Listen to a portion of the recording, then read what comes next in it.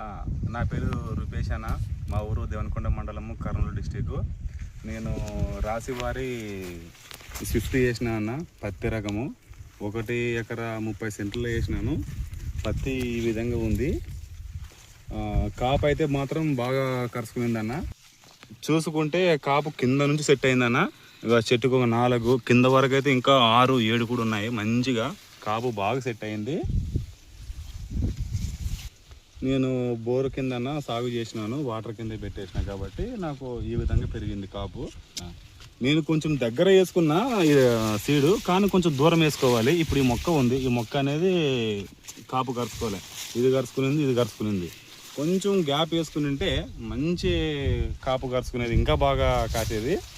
కొంచెం పొరపాటు చేశాను. ఈసారి రైతుల మిత్రులు ఎవరైనా కూడా ఇలా చేయొద్దండి. కొంచెం గ్యాప్ ఎక్కువ వేసుకొని నాటుకోండి.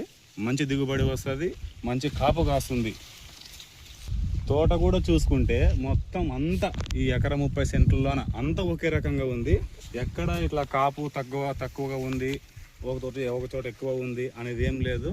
అంతా సరి సమానంగా కాపు మాత్రం బాగా సెట్ అయింది. ఎక్కడైనా చూసుకోవచ్చు.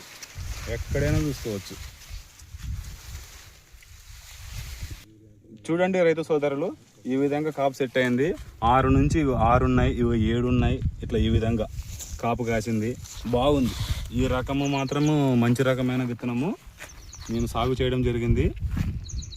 నేను ఆశిస్తున్నా ఒక 15 నుంచి ఒక 20 క్వింటాల వరకు ఆశిస్తున్నా. ఆ విధంగా అయితే దిగుబడి వచ్చే అవకాశం ఉంది. ఇక్కడ దేవనకొండ మండలంలోన మా రైతులు కూడా పక్కన వర్షాధార పంటల కింద వేసినారు ఈ రకం. ఈ సీడ్ మాత్రం బాగానే కాపు కాసింది. ఇంకా నీళ్ళ కింద మాత్రం ఇంకా ఎక్కువ కాపు కాస్తుంది. రైతు సోదరులు గమనించవచ్చు, ప్రతి కాయకు వచ్చేసి 5 ఇండ్లు ఉన్నాయి. 1, 2, 3, 4, 5 ఉన్నాయి. ప్రతి కాయకు అలాగే ఉంటుంది.